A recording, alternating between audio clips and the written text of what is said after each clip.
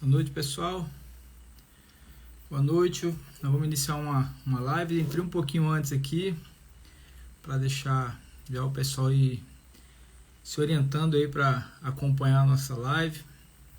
Live aqui da Advocacia Criminal Qualificada. Na verdade, uma live de conversa, um bate-papo a respeito de um assunto de bastante relevância para quem atua não só na advocacia criminal, mas também hoje em dia com as provas digitais, né? Então nós vamos estar trabalhando um pouco sobre isso, né? E essa entrada um pouco antecipada aí, porque está marcado para as 20 horas, é justamente para que as pessoas já sejam avisadas aí a respeito desse encontro de hoje, para que a gente possa estar efetivamente dando início aí ao assunto, né, que vamos falar sobre a prova digital. Vou deixar aí para mandar um abraço, né, um abraço aí pro Rodrigo aí, para Ana, né, para Josi também, que já entrou aí, né, espero que vocês permaneçam para acompanhar essa live com a gente, é bem interessante. Dá um aviãozinho para convidar outras pessoas para participarem também, é bem interessante, mesmo que não seja da área do direito, né? Peço aí para que compartilhem essa live agora, ela vai ter uma duração de 1 hora, né? E também que cliquem no coraçãozinho ali para que ela comece efetivamente a fazer o pessoal ver aí acompanhando nossa live, né? Daqui a pouquinho eu vou dar entrada aqui com a Silvana, né, que é a perita que vai acompanhar. Se vocês forem curtindo, coraçãozinho aí, vocês vão ajudar, né, o desenvolvimento da live. E também um aviãozinho para mandar para o pessoal poder entrar para assistir aí com a gente. É um conteúdo bem interessante, né, como eu falei. Tá? Eu vou chamar aqui já a Silvana, até lá a Silvana já entrou, né? E vou chamar ela aqui para a gente já começar um bate-papo devagarzinho, né?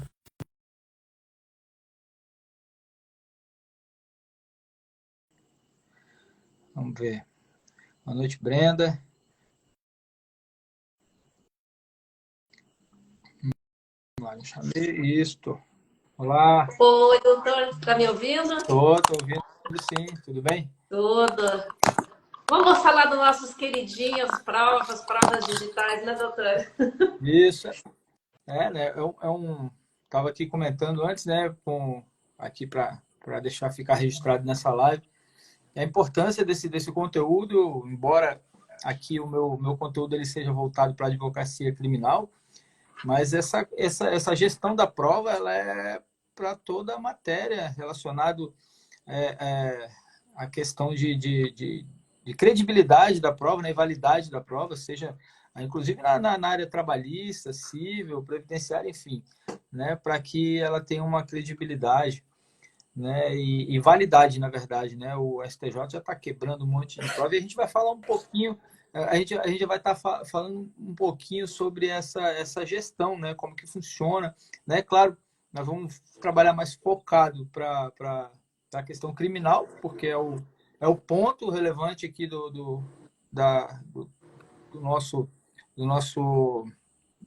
meu perfil aqui, do meu Instagram, inclusive da comunidade lá.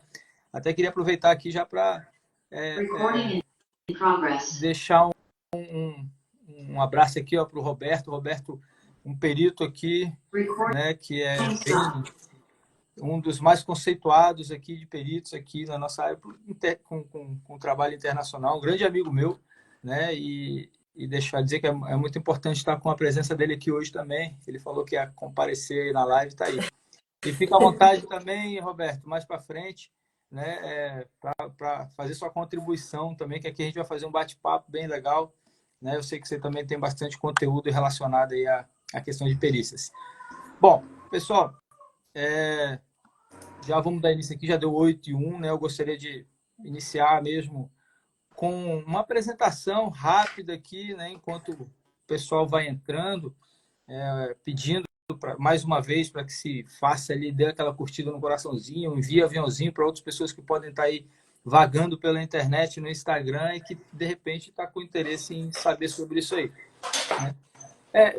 Meu nome é Marcelo Madeira, né? Eu sou advogado, já atuo na advocacia há mais de 15 anos e peguei ainda a época dos processos físicos, onde a questão de provas eram um pouco mais fáceis de lidar, né? Embora já existiam as provas digitais, porque eu trabalhei já existia o CD-ROM, já existia as gravações, o celular ainda não era essa tecnologia que nós temos hoje, mas já existiam muitas coisas, então, mas não existia essa questão relacionada à cadeia de custódia, a forma de obtenção da prova, não existia muito isso, né? Então, era mais ou menos, a grosso modo, a polícia pegava, jogava no processo através de uma cópia lá e assim ficava.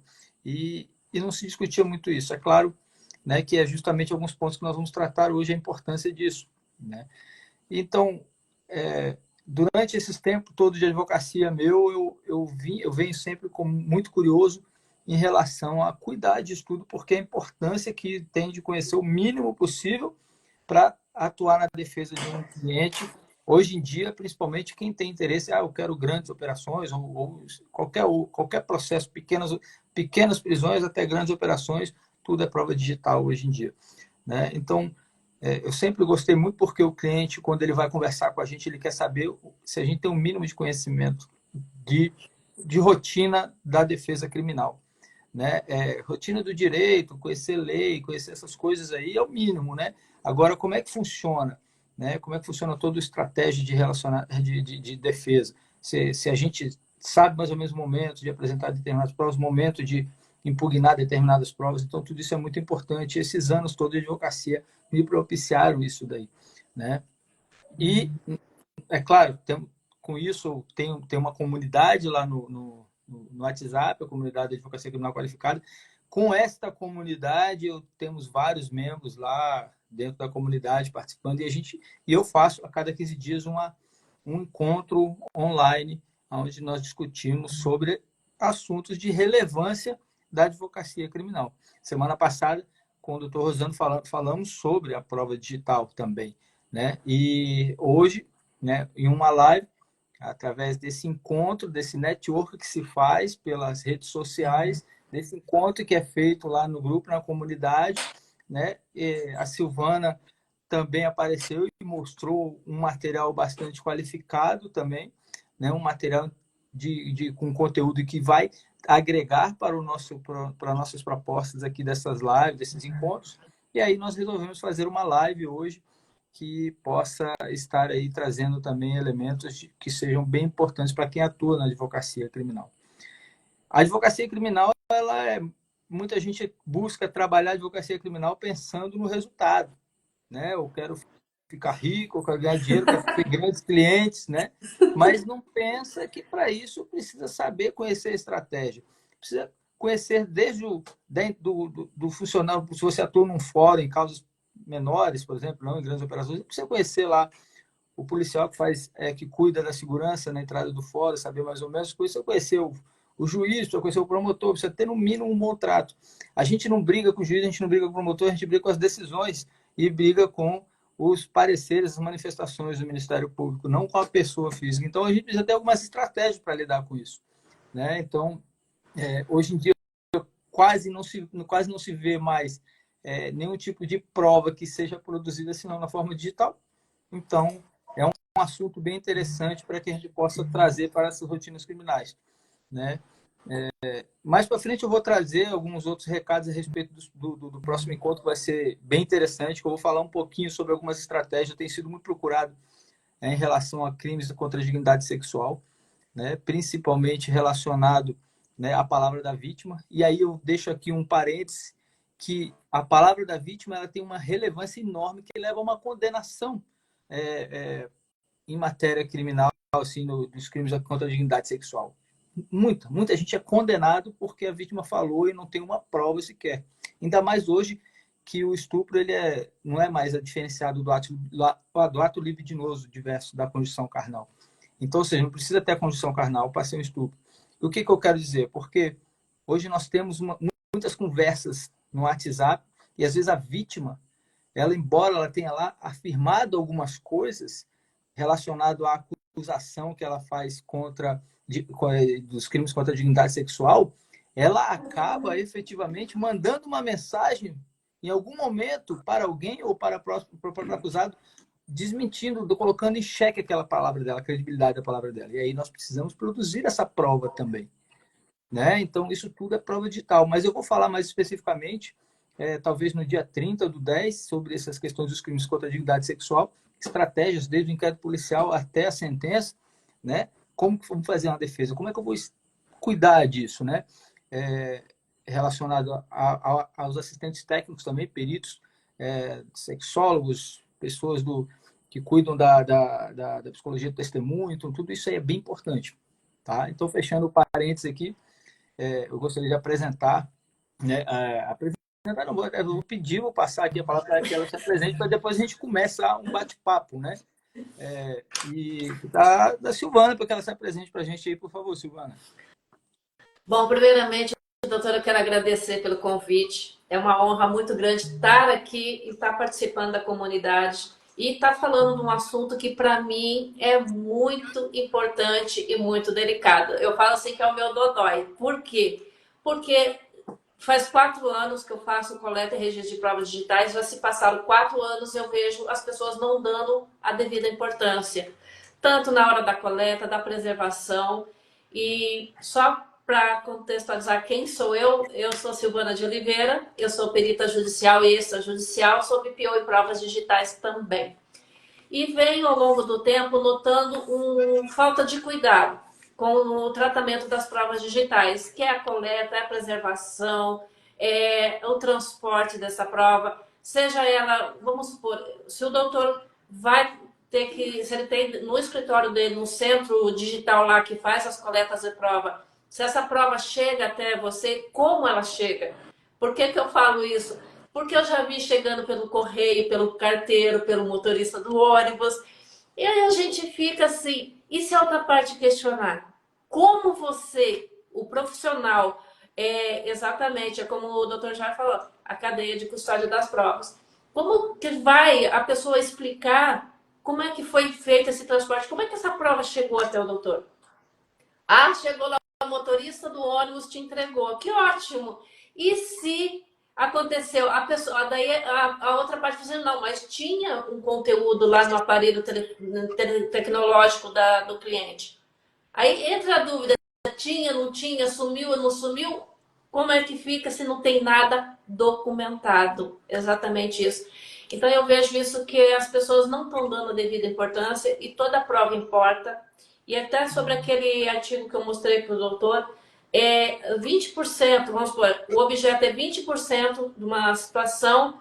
Se você não cuida, 80% é danos, é prejuízo, é um processo oneroso e que acaba retardando. Ruim para o operador do direito, que precisa receber, para o cliente, que ele precisa ser ou condenado ou ele precisa ser inocentado, a gente não sabe. Por quê? Porque as provas que falam ali e que vai especificar e trazer. Então, eu acho que tem que se atentar. Ter esse mínimo conhecimento, como o doutor mesmo falou, para quê? Para impugnar. Eu, como perita, vou fazer a perícia. Eu vou fazer o relatório e vou te apresentar. Mas você, operador do direito, tem que saber o que é aquilo. Sim. Tem que conhecer, né, doutor? Como é que eu vou conhecer a prova do outro para poder falar que está errada? Como é que eu vou defender meu cliente? A questão bem interessante nessa, inclusive é um dos pontos, o foco aqui, né, que seria a gestão, né, da cadeia da cadeia, a gestão da prova digital, que envolve aqui, como colocado aqui pelo Roberto aqui, né, o assunto que transcende, né, na investigação criminal, transcendental na investigação criminal, como ele colocou. E assim, a cadeia de custódia, ela é só um ponto, eu acho, né, embora seja que foi trazido agora com o pacote anticrime, mas ela, a meu ver, ela é um ponto relacionado ao elemento da produção da prova digital, porque ela nem sempre ela traz elementos que demonstrem que ela foi quebrada, que ela foi quebrada, ou melhor, né, que ela trouxe um prejuízo para o acusado. E o STJ ele tem definido que tem que se demonstrar não só que houve uma quebra da cadeia de custódia, mas que essa quebra trouxe um prejuízo. Aí eu digo, né, como é que pode uma quebra de uma formalidade, de não trazer prejuízo para alguém, né? Ah, mas tem outras provas que levam, quer dizer, mas tem outras provas que seriam independentes, então a gente tem que analisar, porque eu não vejo hoje em dia uma forma de se relativizar a cadeia de custódia, né? Principalmente porque quando nós vamos fazer uma contraprova, né? Um parecer através de um perito, eu imagino que o perito vai chegar e vai pegar aquele material já violado, já sem possibilidade de se analisar da forma como ele seria concretamente se tivesse sido feito da forma correta, né? Então, ou seja, nós vamos fazer um parecer equivocado também, mesmo que não vá levar em consideração a quebra de cadeia de custódia. Então, ou seja, né, nós temos na nossa legislação, efetivamente, a jurisprudência que ela relativiza dependendo para quem que é também, né? Não, com certeza. E tem outra coisa que você falou, doutor, que eu acho bastante interessante. Às vezes, aquela prova, eu já vi pessoas falando assim, mas eu não... Eu até comentei isso com o doutor. Eu falei assim, mas essa prova não é importante, então eu deixei para lá. E eu sempre falo, toda prova importa, porque talvez aquela prova, ela vai fazer a diferença. Ou ela vai condenar, ou ela vai soltar. Ela vai inocentar. E a prova, eu gosto da prova digital porque ela é uma prova fria. Eu sempre falo, ela não esquece, ela não mente, ela vai mostrar o que realmente. E quando você faz a coleta de prova in loco, da prova digital in loco, no momento que está acontecendo, as coisas, você vê a prova viva, você vê ela em movimento. Você não vê aquela prova que é um print que, eu até estava comentando com um advogado agora, um pouco antes de entrar na live. Esse não é aquela prova passível de edição. Você vê que na hora que você está coletando tem movimento. Nos relatórios você tem que explicar como aquela prova chegou até você. Aí entra uma questão, porque a gente vai falar de provas digitais, a gente fala em fontes abertas e fontes fechadas. Aí a gente entra, o que é isso? Até onde que a LGPD ela influencia nesse ponto? Não sei se o doutor chegou a ver a última matéria que eu publiquei sobre a parte só a palavra do policial não serve como ele ter acessado o telefone da vítima. Então, aquela coisa. Então, até onde que a LGPD influencia numa coleta de prova? Até onde que eu posso fazer? Quais os requisitos que um perito ele tem que ter? Eu vou ter porque eu quero, porque eu acho bonito ser burocrático? Não. Você tem que ter, porque é a segurança jurídica do perito. Teve aqui no Paraná uma empresa, ela foi condenada pelo valor mínimo, óbvio, né? Acho que R$ 5.000 ali, isso há 4 anos atrás. Por quê? Porque apresentou a prova, só que aí entrou a questão de, não sei se foi de questão, porque liberou acesso, tudo, não tinha acesso, mas ela não tinha o contrato com o cliente. Porque o contrato, quando você faz um contrato com o cliente, cada prestação de serviço, cada prestação de serviço que eu faço um contrato. Não importa se essa coleta de prova vai durar 5 minutos ou 50 horas, não importa. Por quê? Porque no contrato vai especificar como eu fiz, como eu não fiz, como que vai ser, se ela vai me autorizar a acessar as fontes fechadas, porque mesmo fazendo a coleta de prova por acesso remoto no WhatsApp, no e-mail, numa rede social, é uma fonte fechada. Eu preciso da autorização para entrar na casa dela. Você fala, eu não posso entrar na casa do doutor metendo um pé lá e falar assim, estou entrando que a casa é minha. Não, você tem que me autorizar a entrar. Então, a LGPD é como se fosse uma chave, é uma autorização que te dá para coletar essas provas, para estar tudo em conformidade. Não só com a cadeia de custódia, mas com as normas que a ISO 27037 tem a extração de metadados. Eu tenho trazido também nos relatórios a degravação, entre parênteses, transcrição. Por quê? Porque quando você começa a transcrever o áudio, parece que pesa mais ainda a evidência. É muito louco o negócio. Quando você começa a materializar aquele áudio, é muito interessante. Pois é. A gente, essa questão relacionada à questão da prova, né? Lógico, a gente passa, passa por esse crivo relacionado ao que foi produzido, né? E o que temos lá realmente apreendido. Por exemplo, um telefone celular que foi apreendido, né? Ele está lá, foi apreendido apreendido, o Ministério Público ou o próprio delegado de polícia pede lá para se fazer uma perícia naquele aparelho celular. E aí, o que acontece? Vem um relatório para o processo. Nem sempre vem o conteúdo na íntegra do que foi aprendido, do que tinha naquele aparelho celular, né? E aí, esse relatório, muitas vezes, ele vem só com uma tese acusatória, né? Uma tese acusatória relacionada àquilo que era interessante para o Ministério Público, ou interessante Você para o falando delegado. no relatório que eu vi que isso é uma dor que te incomoda muito, essa questão de um relatório pouco detalhado, né? Que não fala. Como é que você, como advogado, nessa hora, quando você pega um relatório, como é que, quando você vê isso, como que você sente nessa hora? Então, o que acontece? Assim, qual que é o grande problema relacionado aos relatórios? É a tal da fé pública do funcionário, do servidor público. Esse é um problema para a gente, tá? Por exemplo, né, até entrou ali a Séries, né? Ela é uma sexóloga, uma perita muito competente em relação a essas coisas da prova testemunhal, relacionada à credibilidade do testemunho, da própria palavra da vítima. Então, a gente vê muitas vezes nesses crimes sexuais, não é muito a prova digital, mas é só para dar um exemplo, Uhum. o parecer de uma psicóloga na delegacia de polícia, psicóloga policial. Aquilo ali se transforma numa prova de condenação.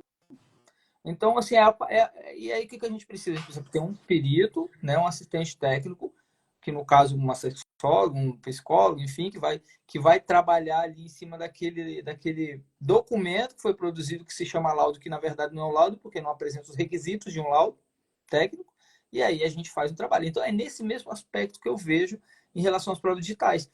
Foi aprendido lá, aprenderam, fizeram o levantamento, colocam num arquivo na nuvem, mas esse arquivo na nuvem ele é praticamente inacessível pelo advogado.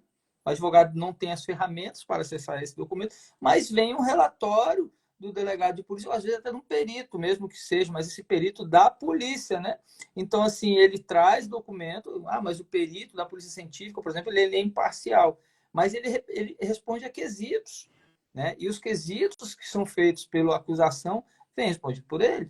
E aí, enfim, acontece responda a quesitos que sejam relacionados ao fato. E eu vou trazer aqui um exemplo que eu falei na aula, no encontro passado, que foi muito interessante, que foi eu pedi que fosse feita a coleta no telefone apreendido do meu cliente, porque lá tinha a prova de que ele não cometeu o delito que ele estava sendo acusado, que seria tráfico de drogas, que ele era Uber.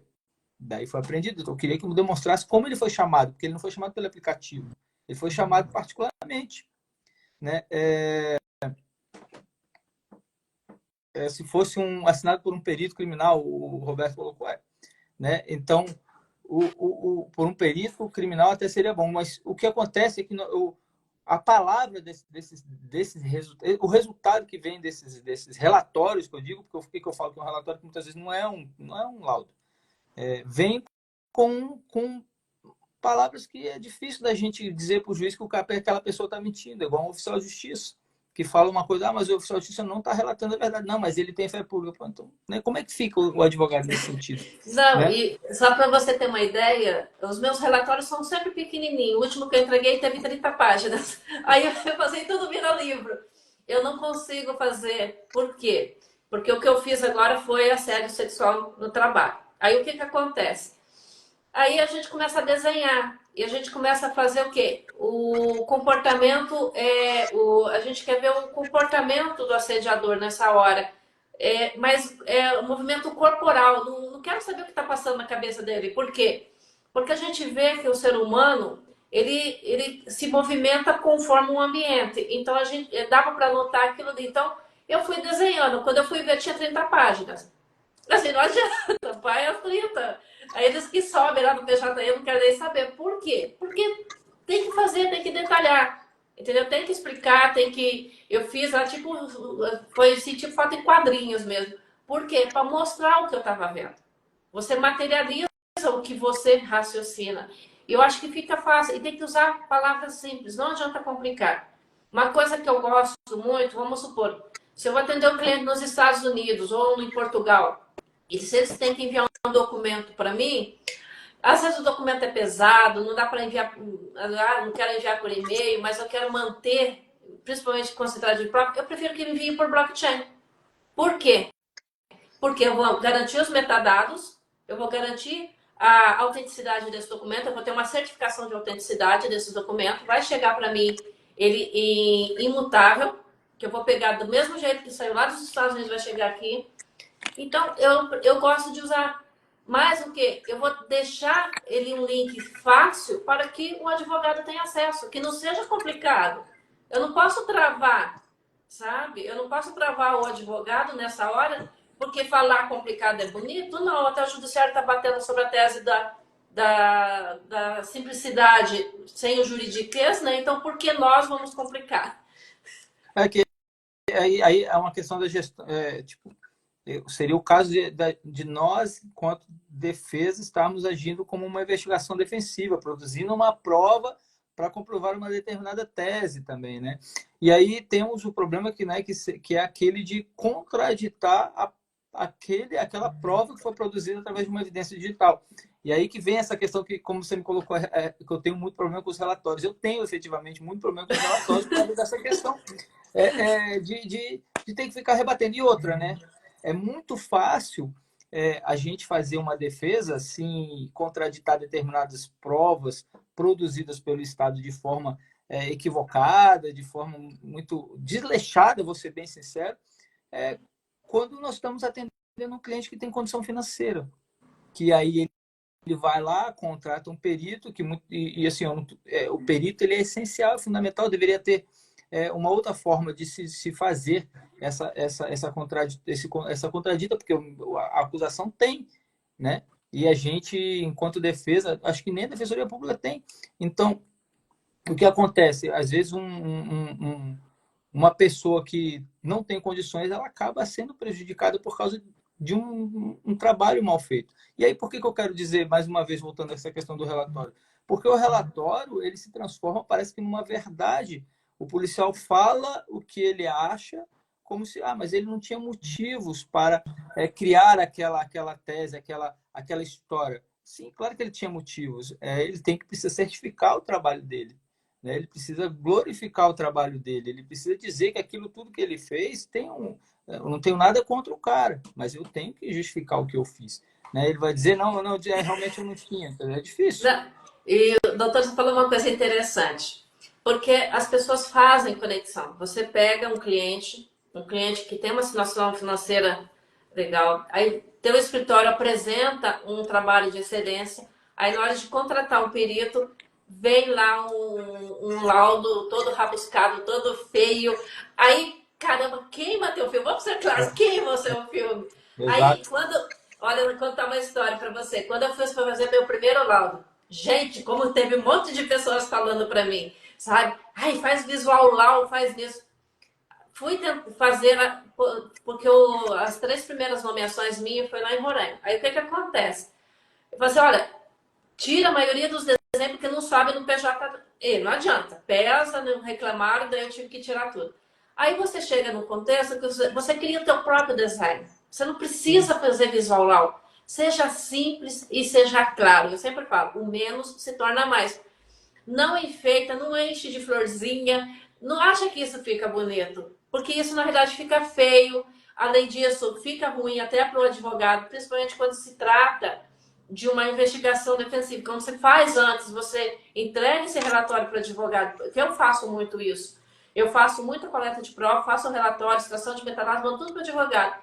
Mas eu comecei, seria a propósito que nos relatórios tem que ser clean, sabe? Tem que ser simples, tem a logo do núcleo de provas digitais, que é óbvio, tem os meus contatos, e-mail, mas não tem desenho, o que vai ter de desenho, o que vai ter de coisa ali tudo, é questão relativa à prova, entendeu? Mas nada que, porque isso acaba o quê? Pesando um pouco para a imagem do advogado. Então, acho que é um trabalho em conjunto. Porque se você mostra o trabalho de excelência, se você faz, se todo mundo está na mesma conversa, o cliente volta. E uma coisa que você falou, muito interessante no início, é o advogado ter uma noção do que é uma prova digital, do que é um hash, como é que eu posso consultar, aonde eu posso consultar, para não ficar falando besteira no processo, porque eu já vi advogando falando besteira no processo, para querer invalidar a prova. Tem direito de falar? Tem. Ninguém está dizendo que não tem. Mas fica um pouco ruim. E eu sempre falo assim, se você não tiver um pouquinho de noção, o teu cliente vai falar aonde que tem. É aquilo que eu acho que eu já cheguei e falei para vocês. Se o cliente falar assim, olha, eu tenho uma conversa de WhatsApp aqui, como é que eu posso fazer? Você tem que pelo menos falar assim, não, vamos analisar a prova, tudo, e depois eu dou a resposta. Por quê? Se você falar assim, eu não sei como fazer, você, mas eu vi lá no Google que dá para fazer. É. Perdeu o cliente e foi no concorrente, isso é fato. Essa gestão da prova, inclusive, eu sempre falo, né? Que eu tenho, né? No meu escritório, nós temos várias áreas de trabalho, né? Eu trabalho ali eu especificamente cuido da área criminal, e tem a doutora Mari, que também cuida da área criminal, e tem outros advogados que trabalham nas outras áreas, tanto trabalhista, previdenciário, tem algumas outras pessoas, e temos todo um contexto relacionado a parcerias, né? Que seria um trabalho multitarefas, né? Multidisciplinar, praticamente, com os parceiros que são os peritos judiciais, né? Então, o que acontece? É simples, né? Essa gestão relacionada a esse contexto de prova, até mesmo para fazer um estudo para saber se a gente vai impugnar aquela prova e tentar retirar ela do processo por causa da ilegalidade daquela produção daquela prova da acusação, né? Uma perícia feita de forma errada pela polícia, o policial acessou de forma equivocada o celular, já era, quebrou tudo. Então, a gente precisa fazer o quê? Quando vai conversar com o cliente, já explicar para o cliente que ó, isso aqui é uma questão técnica, que ela extrapola um pouco, né, a fase de atuação do advogado. Então, nós precisamos entrar, no mínimo, em contato com um perito. E eu deixo bem tranquilo, né, o meu cliente para ele tratar com o perito. Claro, eu faço um meio de campo relacionado ali, mas ele vai tratar com o perito. Eu não vou falar de valores do perito com o meu cliente. Né? Então, assim, o que eu faço? Eu falo para ele estar ali. E aí ele vai avaliar a possibilidade ou não de contratar o cliente, o perito, e ele vai entender melhor, né, por que aquela prova é importante. Porque o perito vai fazer um atendimento com ele e vai explicar e vai demonstrar para ele qual que é a necessidade de se produzir um parecer relacionado àquele laudo que já tem existente ali. Não, só para você ter uma ideia, doutor, numa das provas que eu fiz foi numa dissolução de sociedade junto com o divórcio. Foram mais de 50 horas de prova e mais de 130 páginas de relatório. Com extração de metadados, e aí veio a história do fracionamento da prova. Porque estava tudo em vídeo, aí eu tive que fracionar a prova. Aí me responde, doutor, como que você pega um vídeo de 50 horas que não sobe no PJ Media, não sobe na plataforma do blockchain, não vai para lugar nenhum, fica ali no teu computador? Eu fiquei olhando para ela meia hora e falei assim, o que eu faço com tudo isso? 50 horas, porque era tudo o quê? Grupo de WhatsApp. Aí você vai pegando as imagens e essas coisas todas. Aí veio a história do fracionamento da prova. Eu assim, como é que eu vou pegar 50 horas e fracionar tudo do mesmo tamanho? Porque se eu coloco no editor de vídeo e falo assim, eu editei a prova, soa mal. Não vai pegar bem. Então, assim, vamos fracionar essa prova.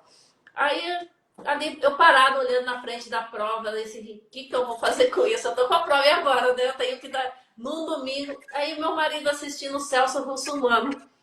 E o Celso Russomano estava lá no supermercado fazendo a diligência dele e ele comentando sobre os frios que tinham que ser fracionados e que tinha que estar com a etiqueta. E assim, é isso, a gente fraciona a prova. Foi ali que eu consegui fracionar 50 horas de vídeo, todos em 10 minutos para subir no PJ Media. Pensa uma coisa doida. Foi o que eu fiz. E sai todos do mesmo tamanho. Aí o último, que é o tamanho menor, ele é automático quando você faz esse fracionamento. Não é uma coisa que você bota no editor de vídeo, não é nada. Por quê? Porque no editor de vídeo você nunca consegue cortar tudo do mesmo tamanho. Então você vai fracionar para que ele fique do mesmo tamanho, com a sequência direitinho. Foi ali que surgiu o fracionamento da prova. E mantendo também todo o registro relacionado à questão dos metadados, questão das da forma Sim, como foi feito, não, e né? além disso, todos os vídeos que eu faço da coleta da prova, doutor, ele todo tem a marca temporal. Então, se você vai ver como você pega, faz o acesso remoto, tem um computador, você vai ter a data da marca temporal do teu programa que você está fazendo, assim como a marca temporal junto com o computador da pessoa. Então, é questão de análise. O advogado tem que estar atento nesses pontos, sabe? Para saber apontar, porque não é o perito que vai apontar, é o advogado que vai questionar Exato, essas coisas. exato, Entendeu? exato. É isso que eu falo. É. Exato, assim, até no encontro que nós tivemos na semana passada lá na comunidade, né? O doutor Rosângela, também com uma grande participação da sua, né, ali em relação àquela produção de prova, ele demonstrou, trouxe alguns exemplos, algumas formas práticas, né, dos procedimentos que são feitos para a obtenção da prova, para a produção da prova a partir aqueles elementos que foram apreendidos, no celular apreendido, por exemplo. Até o celular, deram um exemplo até que na Argentina, né, os celulares são carregados dentro de um papel alumínio para garantir que ele vai ficar sem não vaze os dados dele, né, através Não das redes de aquece, Wi-Fi. E ele não deu. esquenta, doutor. Papel alumínio não esquenta, não derrete os dados. Então, imagina, assim, a gente vê muita coisa assim, e lá é aceito, né, pelo que ela falou, a polícia Não, é aceito. não, E assim, são a gente coisas de tem, a gente cada tem, lugar com as suas é, normas, né? mas que a gente observa que por mais que se tenha essa aprendeu o celular, colocou lá certinho no como é que chama mesmo? Esqueci agora o nome que guarda lá. Ah, eu esqueci o nome. Ele é A gente rótulo. no guarda lá no recipiente Aham. adequado que vai guardar ele, o celular, que seja bloqueado, que bloqueie os sinais de Wi-Fi para que uma rede de fora não venha acessar esse aparelho celular e altere aqueles documentos que estejam lá, até mesmo, né? Então, mesmo que se faça tudo aquilo dali, o problema é na hora de se retirar, que a polícia científica pega aquele celular, liga, vai fazer o procedimento de retirada dos dados. Aí que vem um grande mistério para os advogados, né? É. Como? Ah, não, mas ele utilizou, ele foi lá, ele guardou certinho no recipiente, foi para a polícia científica abriu certinho e depois ele extraiu, está aqui no documento, está lá na nuvem, está tudo certinho, foi feito tudo direitinho. Mas espera aí, onde que está escrito isso? Você tem que me trazer a Mas, documentação não, e desse, tudo desse isso dá para ser registrado esse processo. É justo, disso que eu falo, sabe? justamente. Vamos supor, eu recebo o celular, eu vou ter que conectar ele no meu computador para fazer essa extração de dados, confere? Sim. Aí o que acontece? Tem como eu registrar todo esse processo para te mostrar como é que foi feito. Uhum. Entendeu? Eu, quando eu estava fazendo o curso de perícia forense, uma coisa que me chamou muita atenção foi a questão da, do armazenamento dos aparelhos telefônicos mesmo, né? Que você tem que colocar na embalagem, você tem que lacrar, tem que etiquetar, essas coisas todas direitinho. E quando eu fiz, eu nem estava pensando em me tornar perita judicial, mas sim melhorar o meu trabalho, que era da parte de BPO, de provas digitais. Então, todos os cursos que eu fui atrás, eu busquei aprimorar, foi para praticar até na busca defensiva. Então, é para apontar. Já tive ata notarial com quebra de cadeia de custódia, entendeu? Então, isso tudo que eu estava conversando com a menina hoje, é uma advogada, ela falou que faz, não, beleza. Só que quem tem que provocar o juiz em relação à prova é o advogado. Se você não chamar a atenção do juiz, ele vai deixar passar. Exatamente. Entendeu? Então ela fala assim, tem dado certo. Eu falei assim, beleza, ótimo que deu certo. Nos meus cursos que eu dou da prova digital, que é a parte prática, eu trago essa ata notarial. Que é exatamente isso. Eu mostro que quebrou a cadeia de custódia. Ela contamina a prova na hora dela fazer a degravação. Então tem todo esse tipo de coisa. Então eu sempre falo, se a pessoa, porque essa é a mania de corrigir a fala, não pode, tem que manter na íntegra o máximo possível. Se a pessoa falou errado, escreve como errado, por mais que aquilo te incomode. Faça. Eu já fiz a degravação ali, deu quase 90 páginas. Foram 5 horas de vídeo que eu fiz. É aquela E, história, né, do que é importante e o que não é importante, né? A gente tem que tomar cuidado né, Exato. com determinados pontos fundamentais. Então, às vezes a gente não dá muita noção. O ponto importante dessa live aqui hoje é trazer um panorama da importância de ter uma gestão daquilo que está sendo produzido de prova no processo, né? E aí, às vezes, eu trago algumas identificações com alguns elementos que, às vezes, nem são das provas digitais. Por exemplo, aqui, esses dias eu vi na internet, né, um advogado fazendo uma defesa em relação a uma prova que levou uma pessoa a ser denunciada. Que prova que era esta? Era o depoimento que ela prestou na fase policial. Só que na fase policial, essa pessoa foi ouvida como testemunha, compromissada. Então, ou seja, ela não teve a garantia, né, constitucional de se ficar em silêncio, de não produzir prova contra si mesmo. E aí o que acontece? Aquele depoimento ele não pode ser utilizado como uma prova contra ele no sentido de ser um interrogatório. Deveria ter sido, no mínimo, renovado o depoimento dele como interrogatório para ele poder se retratar ou ficar em silêncio ou fazer alguma coisa nesse sentido.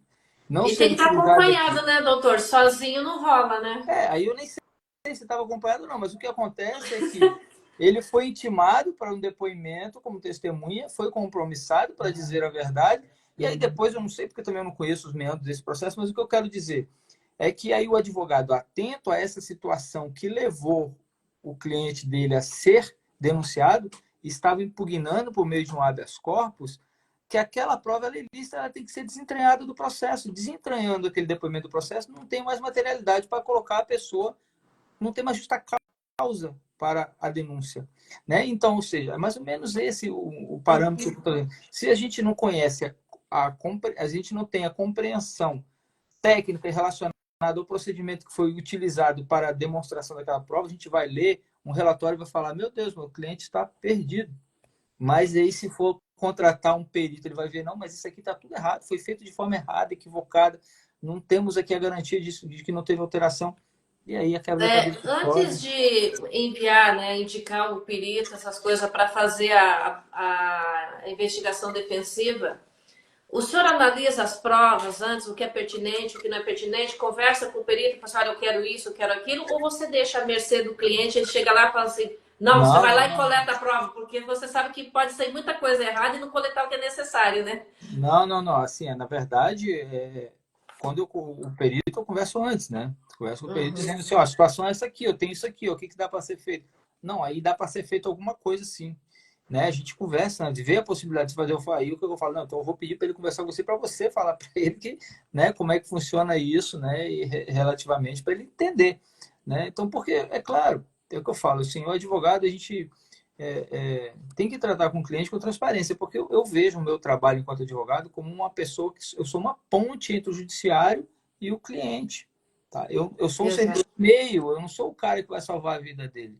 Eu sou a pessoa que vai auxiliar ele com formas técnicas e estratégias suficientes para enfraquecer aquela acusação que está contra ele, ou até derrubar aquela acusação. Com Então, certeza. aquele juridiquês que se tem, né, que ele não entende nada, eu tenho que transparecer. Por isso que eu sou contra advogados, por exemplo, que não atendem clientes. Pega a procuração, não, deixa que o processo está comigo. Como é que está meu processo? Não, deixa comigo, está tudo certo. Aí depois chega lá no final, olha, foi condenado. O cara nem sabia, nem imaginava em que pé que estava o processo dele, ele achava que estava tudo certo. Então, ou seja, eu como advogado, eu sempre falo, olha, a situação aqui é difícil, é essa aqui, ó. Então, qual que é o meu papel? É aproximar ele da realidade do processo, aproximar ele sem medo, entende? Sem medo dele entender e compreender, até porque ele não vai entender, não vai compreender, porque é a gente que trabalha a vida inteira que às vezes não compreende, então assim, que o cliente às vezes tem advogado que às vezes pensa que o cliente vai entender, vai saber que eu estou ganhando dinheiro dele sem fazer muita coisa, parece, né? Mas não está, estudou muitos anos, está fazendo uma defesa, então isso é muito importante, né? Então, a gente tem que trazer essa clareza para ele. Não, isso aqui é assim, isso aqui é assim, isso aqui é assim.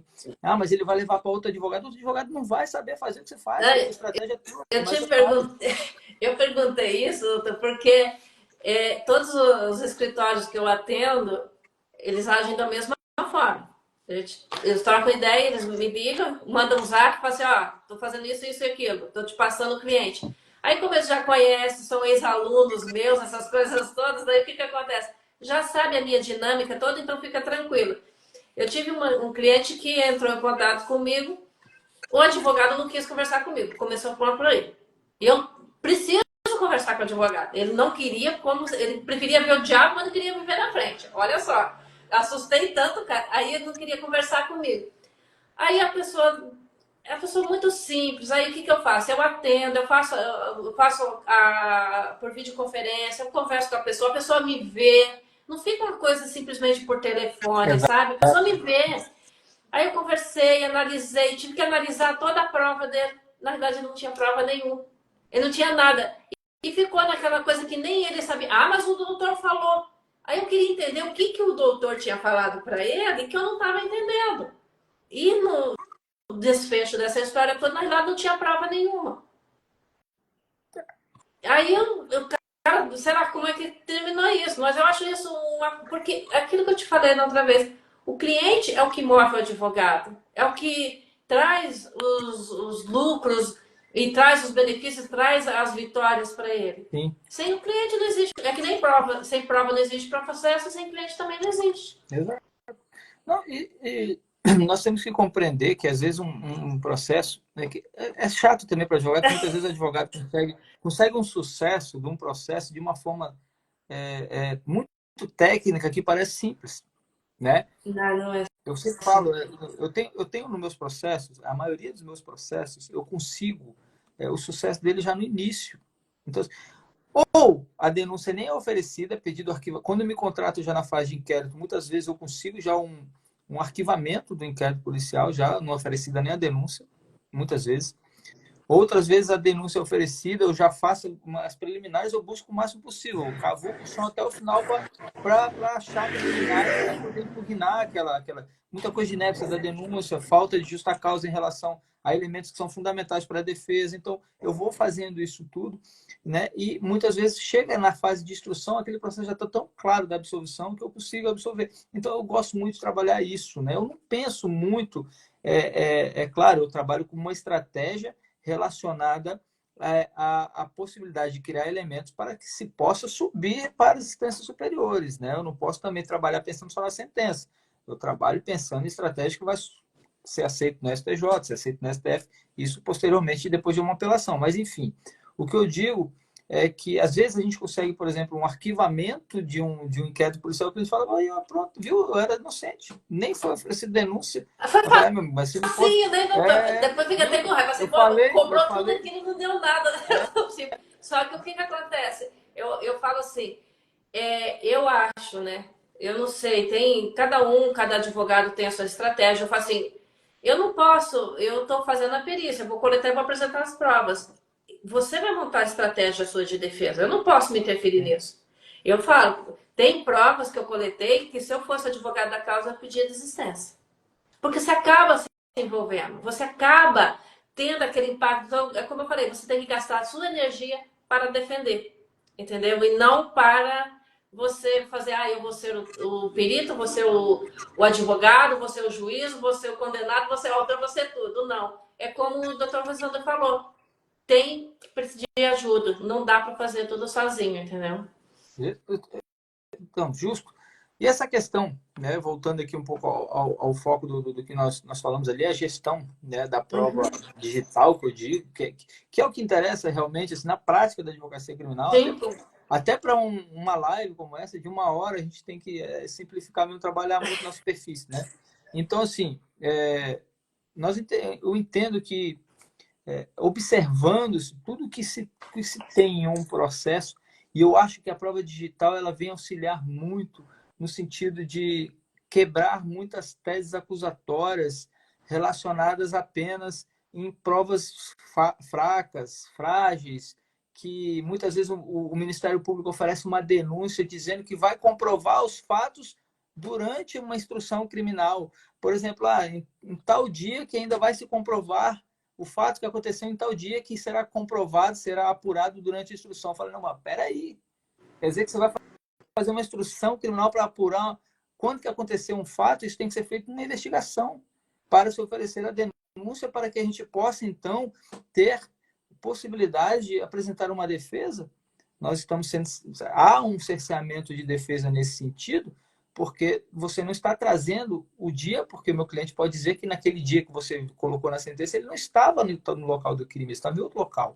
Então, as provas digitais hoje em dia, elas ajudam muito, por exemplo, como eu estava falando inicialmente dos crimes sexuais, onde a palavra da vítima tem uma relevância assim de 90%. Vamos pegar um GPS de um celular para mostrar que determinado dia, determinado momento aquela pessoa não estava, ou como eu falei, conversas que tiveram há muito tempo atrás, onde a pessoa fala que não teve, que não realmente aquilo ali ela fez uma falsa acusação, ou então que traz uma dúvida quanto à palavra da vítima, tudo isso através de provas digitais. Ah, eu vou trazer um print. Você vai colocar seu print lá, meu amigo, você vai quebrar a sua prova, que você nem se você fizer depois de forma correta, você não vai conseguir mais. Agora, você quer ouvir uma boa? Foi um ex-aluno meu que contou essa para mim, que estava no processo, fizeram um print de um áudio e colocaram no processo. Não precisa nem comentar, né, doutor? Print de áudio, deve estar ouvindo lá até agora. Agora, você que atua bastante na área penal, eu comecei a minha investigação defensiva, eu comecei tudo com a parte dos scammers, que eram os golpes de namoro online. Teve cliente que perdeu, praticamente quase perdeu a casa, né, em relação a essas questões todas. A gente vê o quanto isso abala, porque por toda prova que a gente coleta, o cliente, o advogado sempre está junto. Então, é sempre tipo uma reconstituição, aquilo mexe muito com o emocional, né, da pessoa. Como é que a área penal está recebendo a questão das provas digitais? Eles estão dando verdadeira atenção a isso ou eles estão tratando como qualquer coisa que você colocar lá estão aceitando, estão questionando, Não. precisa ser assim, precisa ser assado? Então, até no início, assim, as provas digitais, elas assim, são uma realidade, né? Hoje em dia, até eu acho que o Estado, pelo menos aqui em Santa Catarina, nós temos uma boa estrutura, assim, tá se apresentando uma boa estrutura relacionada à polícia científica, né? A polícia científica tá tendo uma boa estrutura, ao menos nem não conheço profundamente, internamente, mas se a gente olhar por fora, no raso, a gente imagina que está sendo feita de boa qualidade, né? Mas o que me preocupa, na verdade, é a relativização jurisprudencial que se tem em relação a isso. Por exemplo, essa questão que se fala que uma quebra de cadeia de custódia ela nem sempre vai invalidar a prova. E quando que não invalida a prova, Não, doutor? pois a questão do STJ mesmo, né? O STJ diz Eu que já vi mais ou menos isso. se aquela prova ali ela tiver um outro elemento que demonstre que aquilo ali realmente aconteceu, Eu por fiz isso exemplo, daí. né? Uma prova de tráfico de drogas, né? E tem lá conversas no celular do indivíduo que ele fazia tráfico de drogas. Ah, mas fizeram uma obtenção de forma equivocada ali, de provas, foi demonstrado, enfim, alguma quebra da cadeia de custódia. Ah, mas isso por si só não vai afastar a condenação, porque foi apreendido também lá outros elementos que demonstram que ele era traficante. Por exemplo, uma balança de precisão, mas quer dizer então que o cara tem uma balança de precisão, aí tem que vincular os dois elementos de prova para demonstrar que ele é traficante. Por exemplo, se vier aqui em casa hoje, a polícia bater aqui na minha casa, vai dizer que eu sou traficante. Porque eu tenho balança de precisão, eu tenho papel filme, né? E até eu ando de bicicleta no frio, às vezes eu tenho uma touca balaclava, então às vezes eu sou até um assaltante. Né? Tem Então, papel alumínio, né, doutor? Então, papel alumínio, papel alumínio. Um elemento tem que vincular o outro. Agora, se eu conseguir, por que não se desentranha a prova que ela foi formada de forma ilícita, ilegal, né? No caso da quebra da cadeia de custódia, ela se torna existe nula. lei, se existe normas, é para ser cumpridas. Por que Exato. daí Norma é nessa hora garantia, né? tá aí, mas não tem problema. Aquela velha história tá assim, é coisinha boba, então não tem problema. Então, aí para certas horas tem problema. Quer dizer, dois pesos e duas medidas. Fica complicado isso, né? Exato. Agora, essa questão de a gente estar falando de prova digital, como é que é a sua visão quando se faz a parte da questão que a gente fala muito na questão da gestão da prova? Porque tem o advogado, que é o primeiro interventor da prova, porque ele que tem o acesso, ele que vai ver, analisar e vai falar assim, olha, eu preciso disso, disso e daquilo. Isso Aí na o que vai investigação acontecer? defensiva, né? Na defensiva. Aí o que acontece? Vai passar para o perito vai lá e faz a coleta, faz o registro, relatório, essas coisas todas. O perito vai fazer essa gestão toda detalhada para trazer esse respaldo para o advogado. E quando isso tudo se joga para fazer uma ata notarial, qual que é a sua visão em relação a isso? Mas a credibilidade da ata notarial, Não, se diz? não é a credibilidade. Eles têm todo esse cuidado, fazer essa gestão, trazer todos esses detalhes, ou às vezes falta?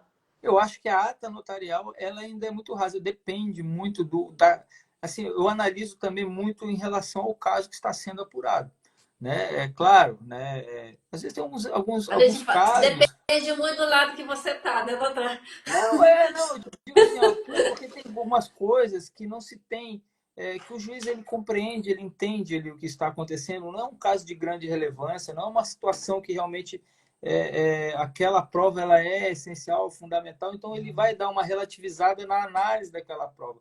E ele vai trazer uma credibilidade para uma ata notarial, por exemplo, né? Sim. Ele não vai dizer, por exemplo, que aquilo ali pode ter alguma coisa. Às vezes até o promotor também vai fazer uma vista grossa.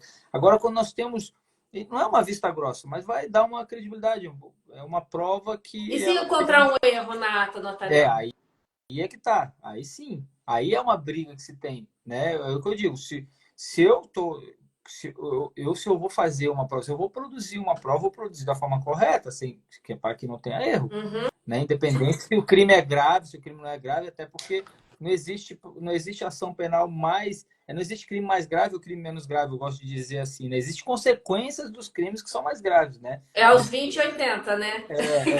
Exato. Então, assim, ó, todo crime ele é grave.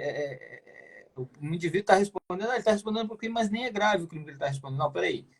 Eu responder por um crime é sempre grave, né? Para mim que estou respondendo. Né? Agora, as consequências desse crime que podem ser diferenciadas. Um indivíduo pode ter furtado um lápis e o outro pode ter matado uma pessoa. Então, as consequências são diferentes. Né? Agora, dizer que a acusação não é grave, não é grave. Né? Então, muitas vezes a gente deixa de se passar algumas coisas relacionadas a isso, né? Com os cuidados relacionados às provas, se eu for até defender alguém e eu vejo ali que tem um documento que pode ser impugnado, eu vou impugnar. É aquilo que eu falo, eu sempre vou impugnar. Nas minhas defesas, eu vou impugnar o máximo possível de coisa. Eu não deixo aberto para nada. A não ser, claro, que nós estejamos diante de uma situação que às vezes essa impugnação é até ruim.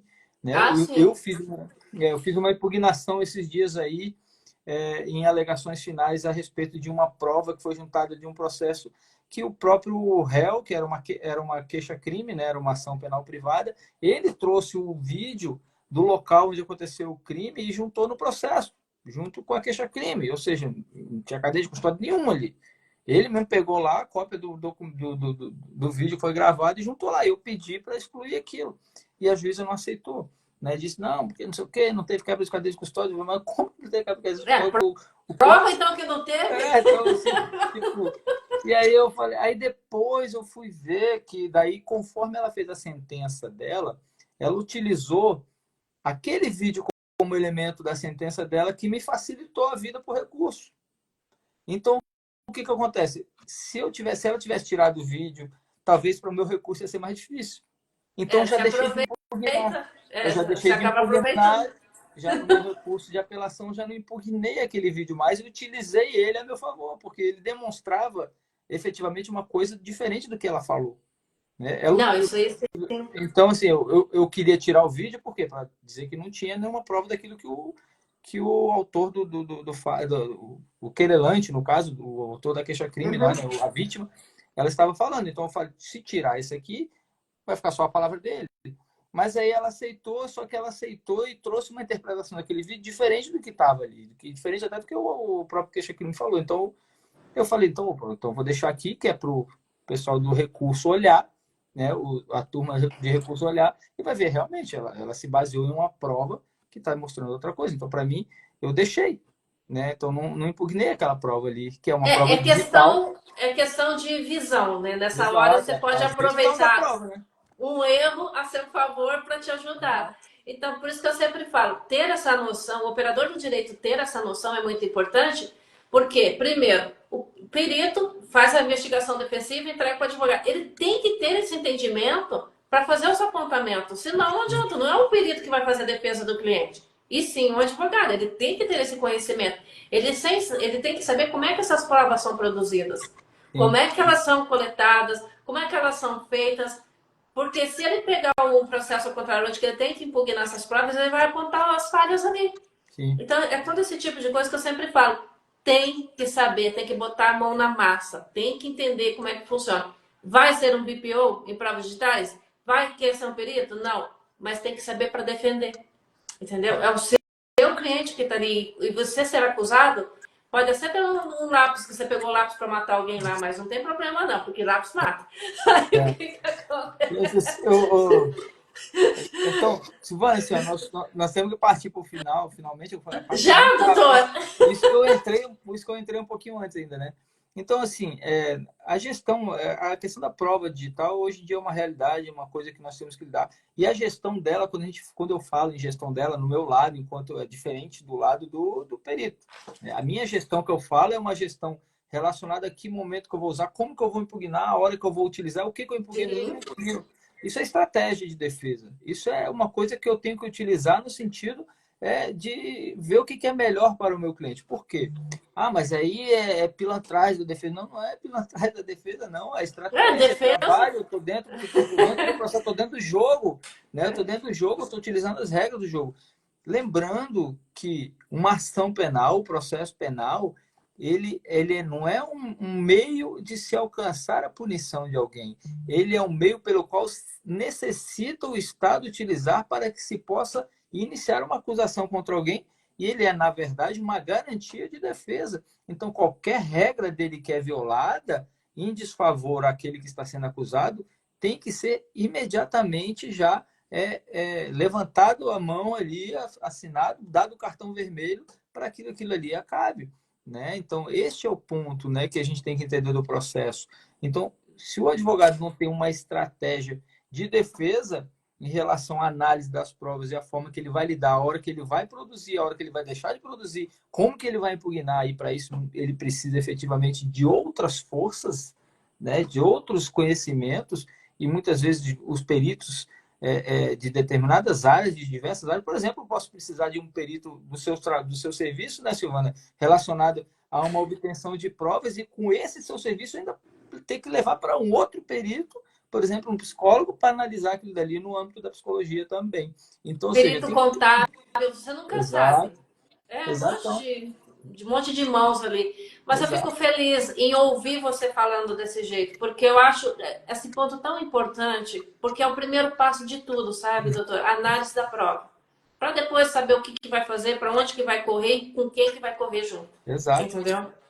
É, é um jogo, né? Como se fala, né? O processo tem uma regra do jogo e ela tem que ser respeitada. A gente, por quê?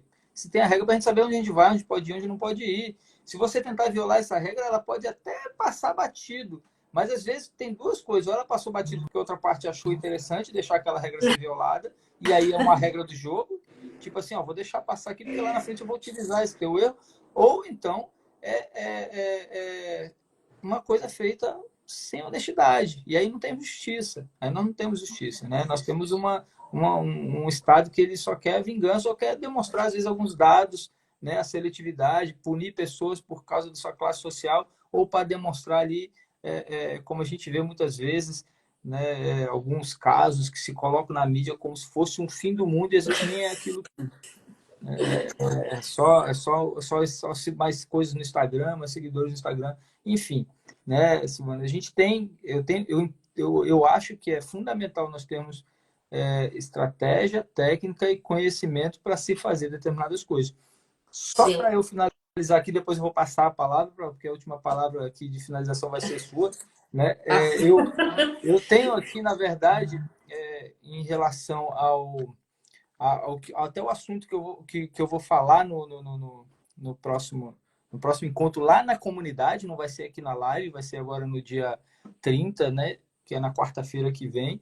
Lá na comunidade a gente tem a divulgação. Para quem não sabe, né, é só me chamar aqui no privado, que daí vai saber mais ou menos como funciona essa comunidade. É tudo gratuito, não tem custo em nada. É, na verdade, para a gente conseguir conversar e evoluir, né, e criar um network também de trabalho fundamental. Eu não conhecia a Silvana, por exemplo, nos conhecemos através da comunidade e hoje estamos aqui, né, podendo fazer trabalhos que sejam fundamentais para mim e para ela no futuro, né? E assim como outras pessoas também fazem parte da comunidade. Silvana está contribuindo com bastante material a respeito de prova digital lá na comunidade, e é bem importante, né, isso, porque o compartilhamento demonstra, né, que ela está aberta para a negociação, aberta para o conhecimento, aberta para produzir, também para levar o conhecimento mínimo. Enfim, no dia 30, agora eu vou estar falando a respeito de questões de acusações de crimes contra a dignidade sexual, né? Estratégias interessantes que são, acho que isso precisa ter, porque eu tenho sido muito procurado e nós temos tendo muitas acusações de crimes contra a dignidade sexual e mais, né? Essas acusações elas têm vindo de fatos que aconteceram há 10 anos atrás. Um indivíduo que já está com uma outra família, filhos, já nem tem mais relacionamento com aquela ex que tinha Essas acusações também é uma coisa que eu não sou advogada em criminalismo, mas é uma matéria que me interessa bastante. Ela tem uma linha muito tênue, saber o que realmente é, o que não é, né, doutor? Então tem que ter essa percepção, né? Exato. Senão tudo vira acusação, né? Então, e aí o que acontece, né? Nós temos que, aí tem que ter uma estratégia, algumas estratégias de defesa, né? Para poder atuar com relação a isso. Aí eu vou trazer o conhecimento, como é que funciona uma investigação nesses crimes sexuais, por exemplo, onde a vítima, que é uma menor de idade, falou que aconteceu determinada coisa. Né? Então, existem algumas legislações, existem alguns procedimentos para obtenção de prova da testemunha, existe uma forma de análise das provas com a testemunha. Eu falei no início, até está aí, estava olhando aqui, está aqui ainda online com a gente aqui a Séries, que ela é uma sexóloga com doutorado. Assim, eu sempre converso com ela, ela traz dicas a respeito disso, da questão da credibilidade da palavra da vítima, como fazer essas análises. E, inclusive, ela trabalha de uma forma bem interessante, porque ela trabalha em conjunto com a defesa. Ela não vai lá e faz um parecer, te entrega o parecer e tchau, vai embora, nunca mais a gente vê ela. Não, ela trabalha em conjunto durante o processo. Então, assim, são coisas bem interessantes, né? Então, para o dia 30, lá na comunidade, vai ter um assunto que eu acho que é bem... Fazer bem o perfilamento da pessoa é muito bom, né? Eu acho muito interessante. E o que eu digo, tudo vem, às vezes, de uma prova digital. As provas digitais, elas têm sido elementos... Eu tenho feito bastante, agora, recentemente, eu fiz através do Verifact, né? Uma busca lá salvei lá uma conversa que tinha uma vítima de violência doméstica, que ela falando para ele, poxa, agora eu me arrependi, né? E o cara está denunciado, já está com uma audiência marcada, e ela dizendo que se arrependeu, e ele falou, mas como que você se apareceu machucada na delegacia, toda arranhada, e disse que fui eu? Eu me arranhei na cerca, na arame farpada. Né? Então, aí, quer dizer, aí eu falei, Thaís, ela não vai falar isso em juízo se a gente for rolar ela? Ele falou, eu tenho medo dela mudar, porque a pessoa pode amanhã mudar, não querer mais falar, e eu prefiro fazer aqui um registro disso. Vai que ela esquece, né, doutor? Ele falou, agora eu tô com outra namorada, é capaz de descobrir que eu tô namorando com outra pessoa e já mudar o assunto e manter a relação. Então, esquece que aconteceu. Né? Então, é lógico. Então, a gente tem que cuidar dessa gestão dessas provas, né? E como vai produzir essas provas digitais? É aquilo que eu falei, né? Algumas coisas são mais simples de se fazer, o advogado até consegue fazer, né? Dependendo da dinâmica da coisa, aí tem que ter conhecimento de causa, tem que ter conhecimento da rotina criminal para poder saber até onde você pode ir, né? Tem coisas que eu já não vou, eu não posso falar em nome de um psicólogo, por exemplo, porque às vezes eu conheço alguma coisa de psicologia, eu não posso falar em nome de sei lá, qualquer outro perito, um engenheiro, um médico, legista, porque eu conheço alguma coisa, porque eu li um livro ou porque eu estou com um livro na mão. Né? Eu posso citar o livro, mas isso aí não vai ser um laudo, não vai ser um parecer. Né?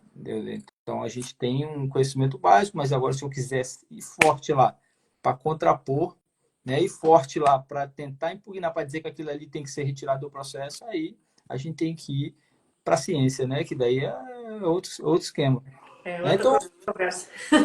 Eu agradeço aqui, né, essa participação, acho que foi né, bem legal, bem interessante para a gente entender essa dinâmica de como que vai se produzir, como que eu vou entrar em contato com o perito para fazer isso, como é que a gente não era o meu objetivo aqui, isso foi na semana passada, lá na aula, eu ensinar como é que se faz a obtenção de prova, mas sim dizer como que é a importância de se ter essa conversa com o perito, que é uma realidade. Então eu passo para você a palavra para a gente finalizar, então, Silvio. Bom, primeiramente, novamente, doutor, quero agradecer por esse convite, porque é uma honra estar aqui podendo falar com você e para falar sobre provas digitais, que para mim é muito importante. E esse é primeiro, eu sempre falo assim, é o primeiro interventor da prova. Quem é? É sempre o advogado, porque é ele que tem o primeiro acesso, é ele que vai conversar com o cliente, ele que vai analisar. Não deixa o seu cliente sem assessoria. Essa assessoria é muito importante. Nunca pegue que você tem prova, primeiro coleta e depois você volta. Não faça isso. Porque ele vai lá, coleta mundos e fundos, chega aqui, ó, doutor. Aí ele gasta o valor, aí chega e você fala assim, mas não é essas provas que eu queria. Então, essa análise de prova é muito importante porque vai analisar o quê? Exatamente o que... Porque o advogado sabe como que é a estratégia dele. Então, ele vai dizer, ó, eu quero isso, eu quero aquilo, aquilo não vai... Aquilo pode prejudicar o processo. Então, ele vai filtrar e vai passar. Então, essa conversa com o perito é muito importante. Outra coisa, as pessoas que são peritos, que estão me ouvindo, não pense em enfeitar muito o relatório. Faça um relatório simples e claro, sem muitas palavras complicadas. Eu sei que às vezes parece bonito, sabe? Mas nem sempre é. Então, traz essa transparência, essa clareza, faz toda a formalização do processo de trabalho, desde a contratação até o findar. Dá sempre esse suporte para o cliente. Teve uma cliente que eu atendi, que foi atenuação trabalhista. O que aconteceu? Ela começou a coleta da prova de um jeito, o doutorado terminou de outro. Ela estava super chateada, super triste, porque revive. Aí o que ela pegou e falou? Caramba, dá muito trabalho mesmo. Porque ela acompanhou e ela viu realmente o trabalho. Então, eu quero agradecer ao doutor mais uma vez por estar aqui. Estou à disposição para quem quiser, me siga lá o doutor também. E venha fazer parte da comunidade, porque vale a pena, ter uma troca de informação muito grande e todos estão ali para ajudar e para aprender. Obrigada mais uma vez, doutora. Obrigada a todos que estiveram aqui com a gente. Um abraço. Até mais. Tchau, se cuide.